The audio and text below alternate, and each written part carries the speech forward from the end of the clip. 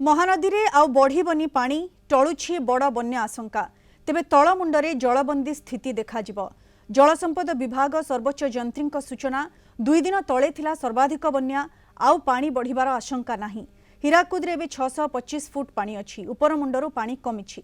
गतकाली 22 T get खोला थिला। आसंता 2 दिन जाए कोनोसी गेट बंद हेबनी। एही 22 टी गेट दे बन्या जल निष्कासन हेबो। आसंता 3 तारिख रे 618 फुट को खसिबो हीराकुद जलस्तर। मुंडली रे आदौ बन्या नथिबा कहिसंती जलसंपद विभाग सर्वोच्च जंत्री। तेबे पुरी खोर्धा जगतसिंहपुर और केन्द्रापड़ारे जलबंदी परिस्थिति देखाजिब। वर्षा नहेबा जाए महानदी को आउ बन्या नाही।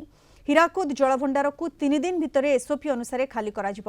सेपरि बैतरणी समेत अन्य सबु नदी रे जलस्तर कमुछि। सबु नदी विपद संकेत तळकु आसिलाणी। ब्राह्मणी रे बन्या हेबनी बोली सर्वोच्च जंत्री सूचना दैछंती। महानदी रे बन्यार आशंका नाही। जहाँ आम परदिन राति 30 तारिख राति 11टा बेले जो पाइथिले मुंडली रे पीक फ्लड 8,80,000 क्यूसेक्स सेटा कमिकी वर्तमान आम पाऊे 6,50,000 क्यूसेक्स। आमर गोटे बड़ बन्यारू आमको हीराकुद बंदर रक्षा कला। आम बहुत धैर्यर सहित हीराकुद बंदर परिचालना करूँ जो गोटे तलमुंडे बड़ बन्या को आम रोकीदे पारे।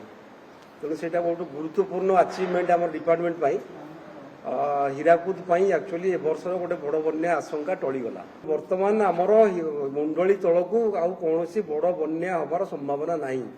इवन छोट बन्या भी हबार संभावना नहीं कारण आम या पूर्व बन्यार 6,70,000 क्यूसेक जल अलरेडी महानदी में प्रवाहित होता। जहाँ जल कालीठू जाइए मुंडली पाखु तार प्रभाव में किसी तल अंचल जोड़ा आम कही विभिन्न जिले में जमी आम पुरी खोर्धा जगतसिंहपुर केन्द्रापड़ा किसी अंचल वाटर लगिंग हम कि कौन किसी ब्रिज एमती किसी विराट बन्यार जो प्रभाव सेमती किसी हबार नहीं।